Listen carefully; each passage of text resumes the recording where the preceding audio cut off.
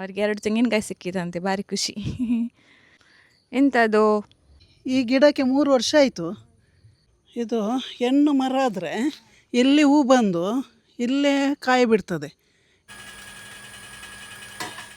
Hello, welcome back to the channel.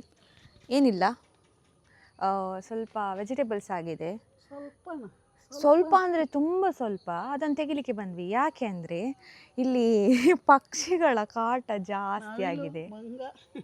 ಸ್ವಲ್ಪ ತರಕಾರಿ ಆಗಿದೆ, ಅದು ಈಗ ತೆಗಿಲಿ ಅಂತ ಬಂದೆವು. ಇಲ್ಲದ್ರೆ ಬಿಟ್ಟರೆ ಮಂಗಗಳು ಮತ್ತು ನವಿಲುಗಳು ತಿಂದು ಹೋಗ್ತದೆ. ಗ್ರೀನ್ ಚಿಲ್ಲಿ ಎಲ್ಲ ತುಂಬ ಆಗಿತ್ತಾಯ್ತಾ. ಈ ನವಿಲೆಲ್ಲ ಬಂದು ಎಲ್ಲ ತಿನ್ಕೊಂಡು ಹೋಗುದೆ. ನಮಗೆ ಮತ್ತೆ ಎಂತ ಸಿಗೋದಿಲ್ಲ. ಅಷ್ಟು ಕಷ್ಟಪಟ್ಟು ಗಿಡ ಎಲ್ಲ ಬೆಳೆಸಿ ಅಯ್ಯೋ ಎಂತ ಸಿಗಲಿಲ್ಲಲ್ಲ ಅಂತ ಬೇಜಾರಾಗುತ್ತೆ. ಸೊ ಮತ್ತು ಕುಕುಂಬರ್ ಎಲ್ಲ ಆಗಿತ್ತು, ಅದು ಕೂಡ ಅಷ್ಟೇ. ಅದಕ್ಕೂ ಸಣ್ಣದು ಬೆಳೆದಿರಬೇಕಾದ್ರೇ ತಿನ್ಕೊಂಡು ಹೋಗುತ್ತೆ, ಮತ್ತು ಏನು ಸಿಗೋದಿಲ್ಲ. ಸೊ ಅದಕ್ಕೆ ಅದನ್ನು ತೆಗೆಯುವ ಅಂತ ಬಂದ್ವಿ. ಸೊ ಅಮ್ಮ ತೆಗಿತಾರೆ, ನಾನು ವೀಡಿಯೋ ಮಾಡ್ತಿದ್ದೇನೆ. ಸೊ ಕ್ಯಾಮರಾ ಟರ್ನ್ ಮಾಡುವ. ಸೀನರಿ ನೋಡಿ, ಬ್ಯೂಟಿಫುಲ್. ಎಂಥದ್ದು? ಮುಳ್ಳು ಸೌತೆ. ಮೊನ್ನೆ ಒಂದು ಹೋಯ್ತಾಯ್ತಾ, ಒಳ್ಳೇದಾಗಿತ್ತು. ಆದರೆ ಯಾವುದೋ ಒಂದು ಹಕ್ಕಿ ಬಂದು ಅದಕ್ಕೆ ಎಂತ ಅರ್ಧ ತಿಂದೋಗಿ ನೋಡಿ ಇವತ್ತು ಸಿಕ್ಕಿತೊಂದು. ಸೊ ಒಂದದು ಸಿಕ್ಕಿತು. ಮತ್ತು ಇಲ್ಲಿ ಅಲಸಂಡೆ ನೋಡಿ, ಅಲಸಂಡೆ ತುಂಬ ಹೂ ಬಿಟ್ಟಿತ್ತಾಯ್ತಾ. ನೋಡಿ ಹೀಗೆ ತುಂಬ ಹೂ ಬಿಡ್ತದೆ. ಆದರೆ ಎಂತ ಮಾಡ್ತದೆ ಗೊತ್ತುಂಟಾ, ಈ ಹಕ್ಕಿಗಳೆಲ್ಲ ಬಂದು ತಿನ್ಕೊಂಡೋಗಿ. ಈಗ ನೋಡಿ ಇಲ್ಲಿ ಸ್ವಲ್ಪ ಉಂಟು.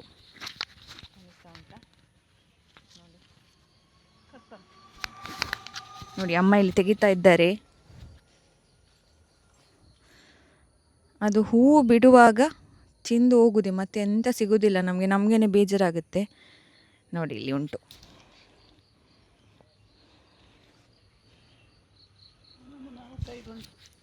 ನಾವಂದರೆ ಈ ಸಲ ಜಾಸ್ತಿ ವೆಜಿಟೇಬಲ್ಸ್ ಹಾಕ್ಲಿಕ್ಕೆ ಹೋಗಲಿಲ್ಲ, ಸ್ವಲ್ಪ ಹಾಕಿದ್ದು. ಇದನ್ನು ಇಲ್ಲಿ ನೋಡಿ, ಈ ಮುಳ್ಳು ಸೌತೆ ಉಂಟಲ್ಲ, ಕಾಣ್ತಾ ಉಂಟಾ? ಈ ಮುಳ್ಳು ಸೌತೆ ಈ ಗಿಡದಲ್ಲಿ ಅಲ್ಲ, ಈ ಬಳ್ಳಿಯಲ್ಲಿ ಆದ ಫಸ್ಟ್ ಮುಳ್ಳು ಸೌತೆ. ಅದನ್ನು ಅಮ್ಮ ಬೀಜಕ್ಕೆ ಬಿಟ್ಟಿದ್ದಾರೆ. ಅದು ಯಾವುದು ವೆಜಿಟೇಬಲ್ಸ್ ಇರಲಿ, ಫಸ್ಟ್ ಯಾವುದು ಆಗ್ತದೆ ಅದನ್ನು ಅವರು ಬೀಜಕ್ಕಂತ ಬಿಡ್ತಾರೆ ಅಲ್ವಾ ಅಮ್ಮ? ಯಾವಾಗಲೂ ಯಾವುದೇ ಗಿಡದಲ್ಲಿರಲಿ ಬಳ್ಳಿಯಲ್ಲಿರಲಿ ಯಾವುದೇ ವೆಜಿಟೇಬಲ್ ಫ್ರೂಟ್ಸ್ ಆದರೆ ಫಸ್ಟ್ ನೀವು ಒಂದು ಬೀಜಕ್ಕೆ ಅಂತ ಬಿಡ್ತೀರಲ್ಲ, ಅದು ಯಾಕೆ? ಅದು ಬೇಕು, ಬರೋ ವರ್ಷ ನಮಗೆ ಅದರ ಬೀಜ ಬೇಕಲ್ಲ. ಇಲ್ಲದ್ರೆ ನಾವು ಅಂಗಡಿಯಿಂದ ತರಬೇಕಲ್ಲ. ಅದಕ್ಕೆ ಮನೆಯಲ್ಲಿ ಇದ್ದರೆ ನಾವು ಇಟ್ಟರೆ ನಮಗೆ ಮನೆಯಲ್ಲಿ ನಾವು ಒಂದೊಂದರದ್ದು ಬಿಟ್ಟರೆ ಒಂದು ಅಲಸಂಡೆ ಮತ್ತು ಮುಳ್ಳು ಸೌತೆಕಾಯಿ, ಹೀಗೆ ಬೆಂಡೆಕಾಯಿ ಹಾಕಿದ್ದು, ಬೆಂಡೆಕಾಯಿ ಮತ್ತು ಹೀರೆಕಾಯಿ ಎಲ್ಲ ಹಾಕಿದ್ದು, ಅದು ಹೋಯ್ತು, ತಿಂದು ಹೋಯ್ತು. ಈಗ ಇದು 2 ಉಂಟು. ಇದರದ್ದು ಬೀಜ ಇಡ್ತೇನೆ ನಾನು. ಮತ್ತು ಮುಂದೆ ನಾನು ಪುನಃ ಬರೋ ವರ್ಷ ನೆಕ್ಸ್ಟ್ ಇಯರಿಗೆ, ಅಂದರೆ ನೆಕ್ಸ್ಟ್ ಇಯರ್ ಅಲಸಂಡೆ ಬೇಗ ಆಗ್ತದೆ. ಇನ್ನು ಇದು ಅದ ನಂತರ ಅದರದ್ದು ಬೀಜ ಹಾಕಿದರೆ ಪುನಃ ಬರ್ತದೆ. ಇದು ವರ್ಷ ಒಂದು ತಿಂಗಳಿಗೆ ಹಾಕಿದರೂ ಬರ್ತದೆ. ಇದು ಈ ಸಲ ಜಾಸ್ತಿ ಏನಿಲ್ಲ, ಇಷ್ಟೇ ನೋಡಿ. ಸಣ್ಣ ನಾವು ಗ್ರೋ ಬ್ಯಾಗಲ್ಲಿ ಮತ್ತು ಗೋಣಿಯಲ್ಲಿ ಹಾಕಿದ್ದು. ಗ್ರೋ ಬ್ಯಾಗ್ ಖಾಲಿ ಆಗಿತ್ತಂತ ಅಮ್ಮ ಗೋಣಿಯಲ್ಲಿ ಹಾಕಿದ್ರು ಆಚೆ. ಈಗ ಪುನಃ ಗೋಣಿ ಅಲ್ಲಿ ಬೇಡ ಅಂತ ಗ್ರೋ ಬ್ಯಾಗನ್ನು ಆರ್ಡ್ರ್ ಮಾಡಿದ್ದೇವೆ. ನೋಡಿ ಅಲ್ಲಲ್ಲಿ ಅಲಸಂಡೆ ಆಗಿದೆ. ಅಲಸಂಡೆ ಅಂತ ಆಗಿದೆ ತುಂಬ.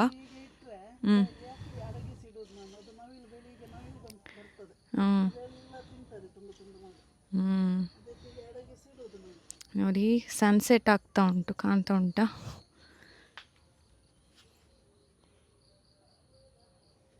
ಬ್ಯೂಟಿಫುಲ್ ಅಲ್ಲ?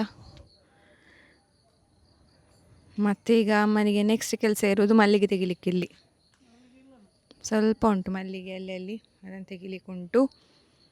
ಮತ್ತು ಪೇರಳೆಲ್ಲ ತೆಗ್ದಾಯಿತು. ನೋಡಿ ಇವರಿಗೆ ಹುಳ ಹಿಡಿಯೋದಂದರೆ ಭಾರಿ, ಅದೀಗ ಕಚ್ತದೆ ನಿಮಗೆ. ಬಿಸರಿ ನೋಡಿ, ಹುಳಗಳು ಬಂದು ಎಲ್ಲ ತಿನ್ಕೊಂಡು ಹೋಗುತ್ತೆ. ಅದಕ್ಕೆ ಅವರು ಹುಳ ಎಲ್ಲ ಸಿಕ್ಕಿದರೆ ಅದನ್ನೆಲ್ಲ ತೆಗೆದು ಬಿಸಾಡೋದು. ಈ ಗಿಡಕ್ಕೆ 3 ವರ್ಷ ಆಯಿತು. ನಾನು ವರ್ಷ ಇದರದ್ದು ಇಷ್ಟು ತುಂಡು ಮಾಡಿ ಕಟ್ ಮಾಡಿ ತೆಗೆಯೋದು, ಅರ್ಧ ಮಾತ್ರ ಬಿಡೋದು. ಇದಕ್ಕೆ ನೋಡಿ ಈಗ ಹೇಗೆ ಚಿಗುರುದೆ ನೋಡಿ. ಅದಕ್ಕೆ ಒಂದಾಗಿದೆ ನೋಡಿ.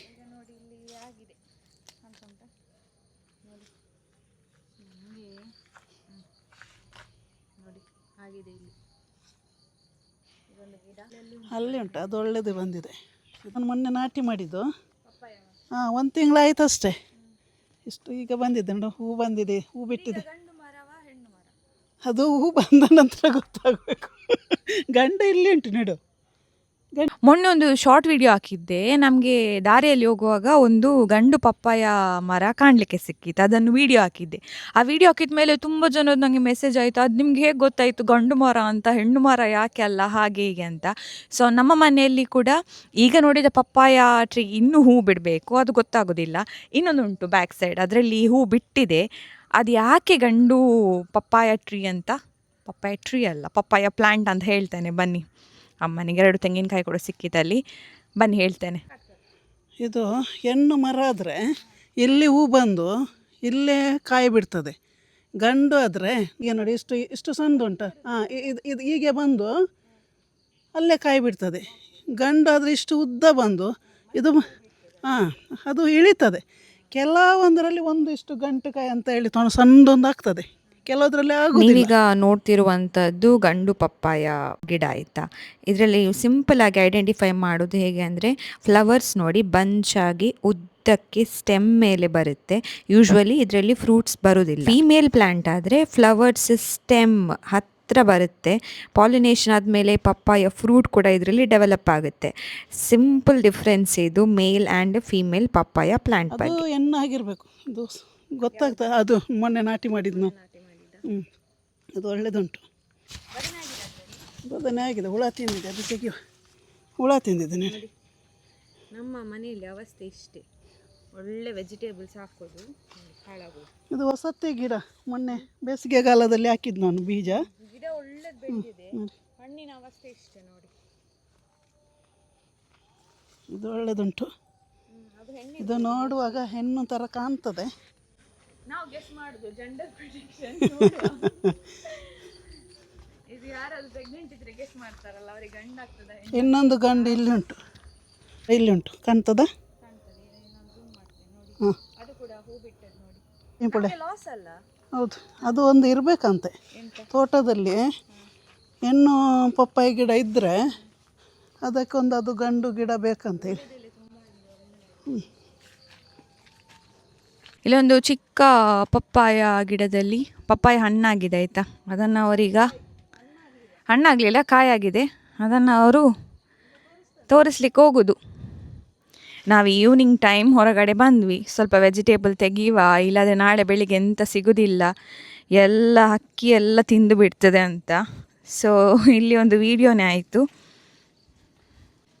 ಒಳಗೆ ಬೇಗ ಹೋಗ್ಬೇಕಾಯ್ತಾ, ಮೋಮೋಸ್ ಮಾಡಲಿಕ್ಕೆ ಉಂಟು ನಮಗೆ. ಗಿಡ ಇಲ್ಲಿ ನೋಡಿ, ಅದರಲ್ಲಿ ಪಪ್ಪಾಯ ಆಗಿದೆ. ಕಾಣ್ತೀರಾ, ಅದು ಹೆಣ್ಣು ಗಿಡ ನೋಡಿ. ಅದರಲ್ಲಿ ಹೂವಾಗಿ ಕಾಯಿ ಬಿಡ್ತದೆ ನೋಡಿ, ಅಲ್ಲಿ ಹೂವಿಂದಲೇ ಕಾಯಿ ಬಿಡ್ತದೆ ಅಷ್ಟೇ. ಡಿಫ್ರೆನ್ಸ್ ಅಂದರೆ ಅಷ್ಟೇ. ಗಂಡು ಮರದಲ್ಲಿ ಹೂ ಉದ್ದಕ್ಕೆ ಬೆಳೀತದೆ. ಆಯಿತಾ, ಹೋಗುದಾ? ಈ ಹುಲ್ಲು ಬೆಳೆದು ನಡೆಯೋದೇ ಕಷ್ಟ ನೋಡಿ, ನಮ್ಮ ಅವಸ್ಥೆ ನೋಡಿ. ಹುಲ್ಲು ತೆಗಿಲಿಕ್ಕಂತ ಬಂದದ್ದು, ಈ ಮೆಡಿಸಿನಲ್ ಪ್ಲ್ಯಾಂಟ್ಸ್ ಎಲ್ಲ ನೋಡಿ ಅಯ್ಯೋ ಇದನ್ನೊಂದು ವೀಡಿಯೋ ಮಾಡ್ಬೋದಿತ್ತು, ತುಂಬ ಉಂಟು, ಬೇರೆ ಕಡೆ ನಾಟಿ ಮಾಡಬೇಕು ಅಂತ ಆ ವಿಡಿಯೋ ಕೂಡ ಮಾಡಿಬಿಟ್ವಿ. ಇನ್ನೂ ಕೂಡ ಮೆಡಿಸಿನಲ್ ಪ್ಲ್ಯಾಂಟ್ಸ್ ತುಂಬ ಉಂಟು. ಯಾವಾಗ ಮಾಡೋದು ವಿಡಿಯೋ? ಹಾಂ, ಇವತ್ತಿಗೆ ಆಯಿತು. ನಾವು ಒಂದು ಕೆಲಸಕ್ಕೆ ಬರೋದು, ಇನ್ನೊಂದು ಕೆಲಸ ಮಾಡೋದು, ಯಾವಾಗಲೂ ಹೀಗೆ ಆಗ್ತದೆ. ಹಾಗೆ ಅವಸ್ಥೆ. ಸನ್ಸೆಟ್ ಆಗ್ತಾ ಉಂಟು. ಅವ್ರಿಗೆ 2 ತೆಂಗಿನಕಾಯಿ ಸಿಕ್ಕಿದಂತೆ, ಭಾರಿ ಖುಷಿ. ಆ ತೆಂಗಿನಕಾಯಿ ಕೂಡ ಅಷ್ಟೇ ಆಯಿತಾ, ಈಗ ಬಿದ್ದಿರ್ತದಲ್ಲ, ಈವ್ನಿಂಗ್ ಒಳಗೆ ಕಲೆಕ್ಟ್ ಮಾಡಬೇಕು. ಅದೇ ಬೇಡ ನಾಳೆ ಬೆಳಿಗ್ಗೆ ತೆಗಿತೇವೆ ಅಂತ ಬಿಟ್ಟರೆ ಇಲ್ಲಿ ಮುಳ್ಳು ಹಂದಿಗಳ ಕಾಟ. ಏನು ಮಾಡ್ತದೆ ಅಂದರೆ, ನೈಟ್ ಬರ್ತದೆ, ಓಪನ್ ಮಾಡಿ ತೆಂಗಿನಕಾಯನ್ನೆಲ್ಲ ತಿಂದು ಅದರ ಚಿಪ್ಪನ್ನು ಅಲ್ಲಿ ಇಲ್ಲಿ ಬಿಸಾಡಿ ಹೋಗ್ತದೆ.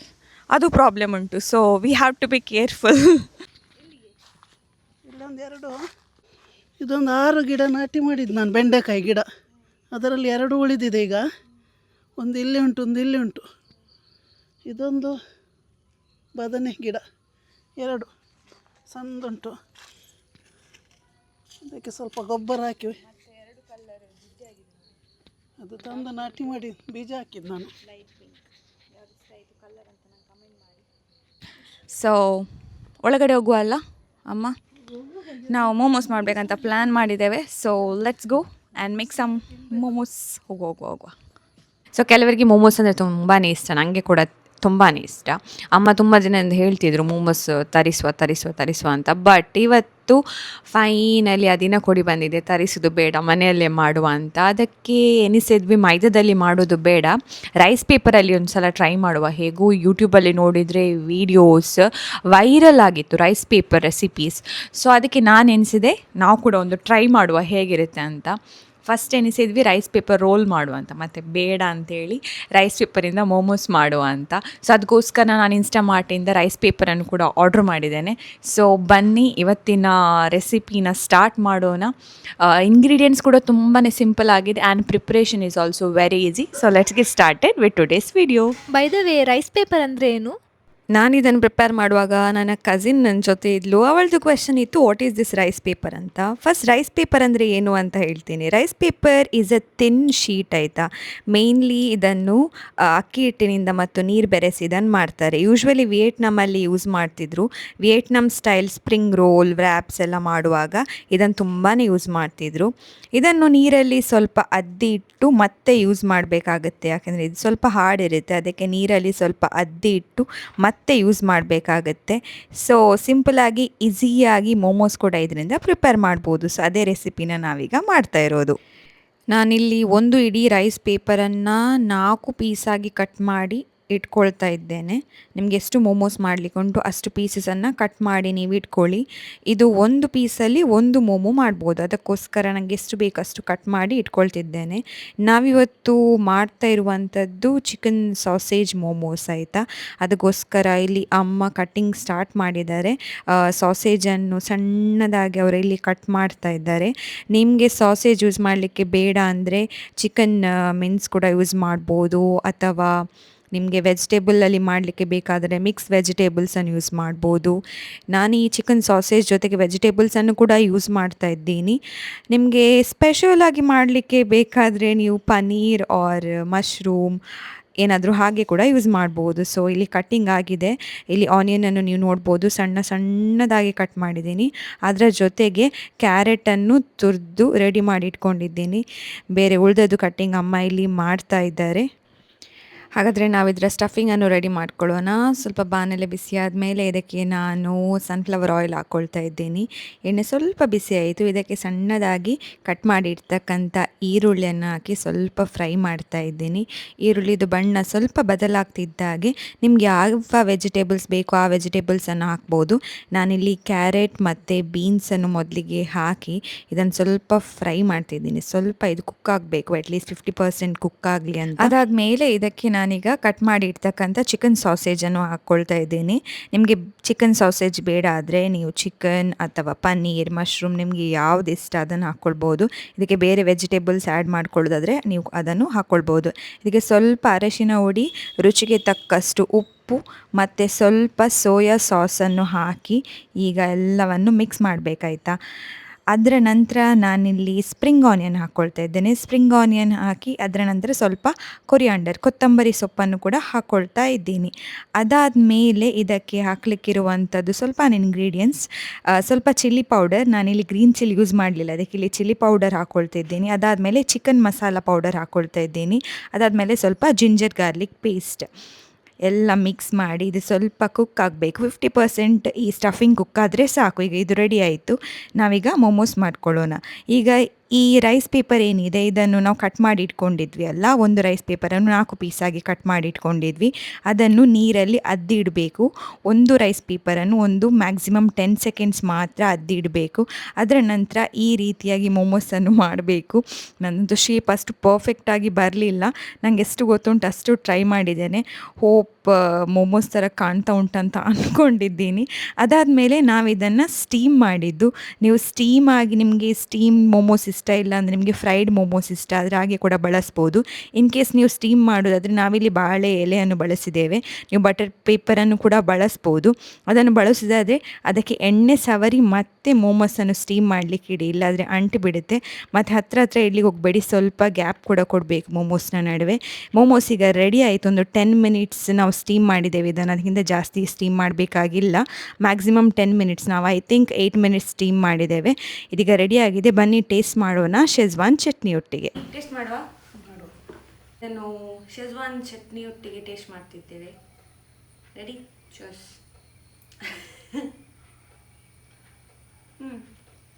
ಒಳ್ಳೆದುಂಟು.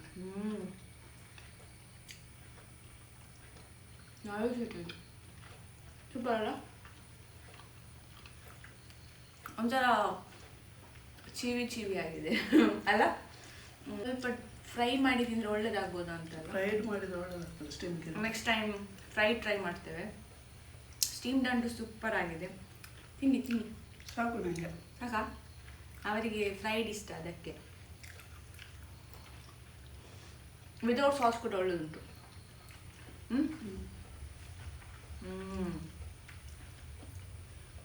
Very nice. ನೆಕ್ಸ್ಟ್ ಅಮ್ಮ ಹೇಳಿದ್ದಾರೆ ರೋಲ್ ಮಾಡಲಿಕ್ಕಲ್ಲ? ಹೌದು, ರೈಸ್ ಪೇಪರ್ ಮತ್ತು ಫ್ರೈಡ್ ಮಾಡಿ ಕೊಡಿ. ರೈಸ್ ಪೇಪರ್ ಕ್ರಿಸ್ಪಿ ರೋಲ್ ಮಾಡಬೇಕಂತ. ಬೇಡ ಹೇಳಿ ಪ್ಲೇಟ್ ಖಾಲಿ ಆಯಿತು ನಮ್ಮದು. ಸೂಪರ್ ಆಗಿದೆ, ನೀವು ಟ್ರೈ ಮಾಡಿ. ವಿಡಿಯೋ ಇಷ್ಟ ಆದರೆ it like, share and subscribe. ಮತ್ತೆ ಸಿಗೋಣ ಇನ್ನಷ್ಟು ಇಂಟ್ರೆಸ್ಟಿಂಗ್ ವಿಡಿಯೋಗಳ ಜೊತೆಗೆ. ಅಲ್ಲಿ ತನಕ ಹೆಲ್ದಿಯಾಗಿರಿ, ಸೇಫ್ ಆಗಿರಿ. ಬಾಯ್. ಹೇಗೆ ಆಗಿದೆ ಅಂತ ಕಮೆಂಟ್ನಲ್ಲಿ ತಿಳಿಸಿ. ಬಾಯ್. ಬಾಯ್.